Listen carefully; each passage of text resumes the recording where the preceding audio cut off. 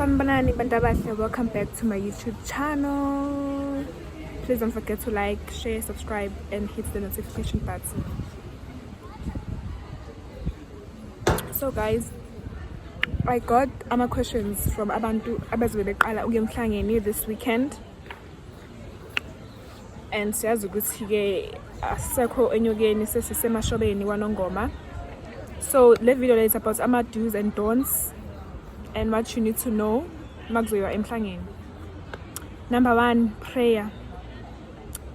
I cannot emphasize this enough. Please pray. Like ziningi ingozi guys ezizakalayo makuzohanjwa, you know, especially long distances, even short distances, like where it's all ingozi. So make sure you pray. If you believe in Jesus Christ, thandaza kuJesu wakho, whatever, just pray. That's all you need to know. Thandaza. Umthandazo ubalulekile kakhulu. Number 2, please carry enough cash. I cannot say how much cash, but just make sure it's enough. Guys, expensive on its own. But make sure you carry enough cash, you know, just to cover like extra expenses, like onga on your way to emhlangeni. I think carrying enough cash is really important, right? Number 3, sunscreen. Langa la kanongoma liyashisa, ubuya umnyama. Make sure you carry a sunscreen for your safety, and yeah, just to protect yourself from the sun. Number 5, power bank. Like awufuna ukucinyelwa iphone, uyaphi nefone esicimile uyoshithangana bekufonele ekhaya bekuthi ukuthi uhamba right uzobaphendula uthini ngoba iphone awutholakali. Guys, kunomoya la ngikhona and I'm not even sure ukuthi nizongizwa, but I hope niyangizwa. You know, uyoshutha ngani iphone isicimile, ufuna ukuhamba ucela abantu ucela ngishuthe guys, funa imicimile. And I'm not sure ukuthi zikhonda uzokcharge ke la siyakhona, because last time besicharge ezikolweni. But make sure ukuthi you carry a power bank echargiwe and nefone yakho full, like it's on battery full. Number 6, make sure ukuthi imvunulo yakho iphelele, right? Awufuna ukufika lapha nemvunulo engaphelele. Cabanga usushoda ngeimbadada, lapho usuvunulile sekushoda imbadada. Make sure ukuthi you check kahle before upaka. Yikho kubalekile ukuthi upake kuseeli ngoba izinto eziningi, trust me, ziyasala mawuzopaka ngama last minute. You know, carry your sanitary pads, you know, carry nje konke nje kubalekile, amabhayi noma uqeda ukugeza ufake ibhayi lakho guys. But anyway, into endingenzeyo nakuleya video yami leya engipostile on my first date experience kwaMayimayi. Hayi ngicela noyibuka guys, ngeke lama views lawa ayathusa.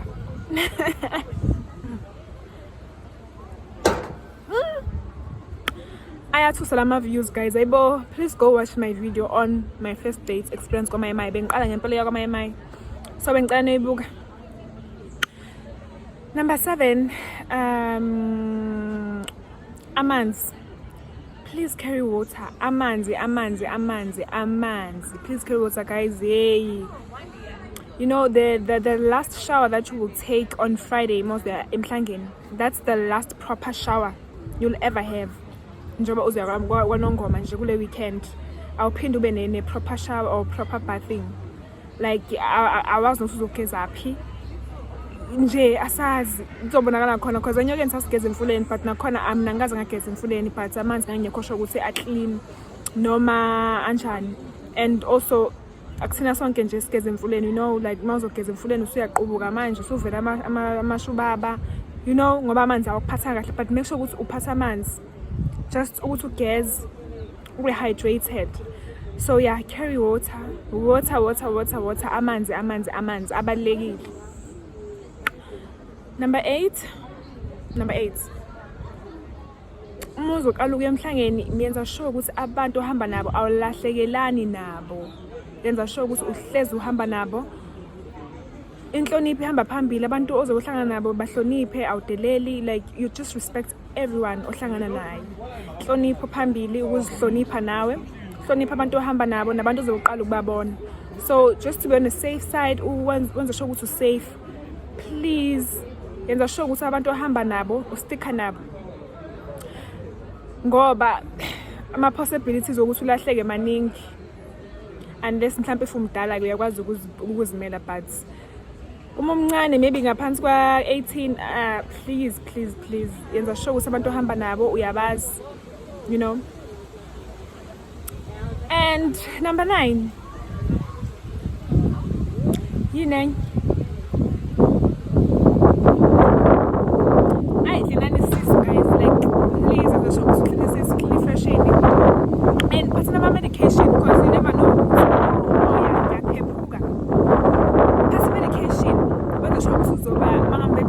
Because you never know ukuthi ungahlangabezana nani makwenze ukuthi uyagula. You know ukuthi iPanadol iseduze, whatever medication that you have nje oyidinga ozobe uyidinga iseduze, yabo, ngoba izitoro zisuke zikude, you know. Yeah, like nokuklina nje isisu nje uphume nje khiphe nje inyongo, ngoba ilanga lalapha lacobana yalazi futhi ilanga maselishisa nje, hayi inyongo ivele nje ime ngeenyawo. So khipha inyongo khona uzoba right, ube healthy. Uzothanda amandla manje ukubamba umhlanga. Uzobamba kanjani umhlanga uphethwe inyongo? Ngoba nje into engiyaziyo ngenyongo vele ube nesiyezi.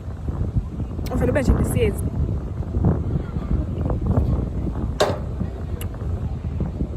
Number 9,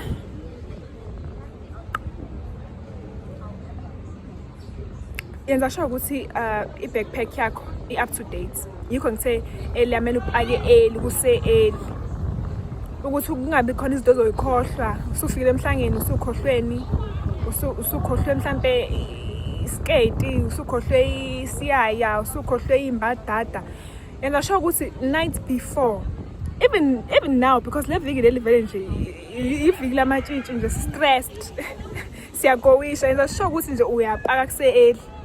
You know, izinto ozodinga masulala, your night dress, your slippers, iduku ozothola mawulala, you know, zipokeza, vaslap, isixubo, Colgate, whatever nje, body lotion.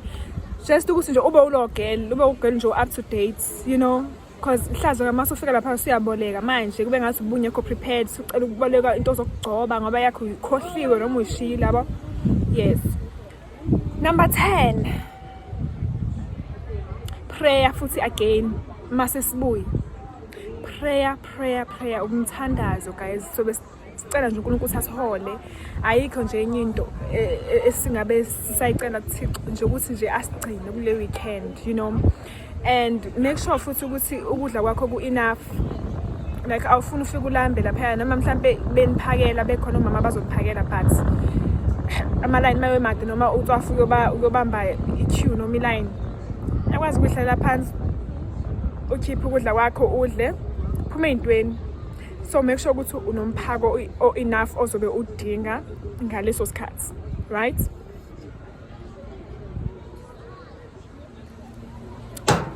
Yeah, so that's all I can say. That's my advice. So if anyone owaziyo futhi ama points engabe ngiwashila abalekile, you can write there on my comment section. So yeah, see you on my next video. Please don't forget to like, share and subscribe. Ngiyabonga to my new followers. Ngiyabonga kakhulu guys. Ngiyabonga nongenze iqiniso ngale video le yakwa Mayi. Ngiyabonga, bye.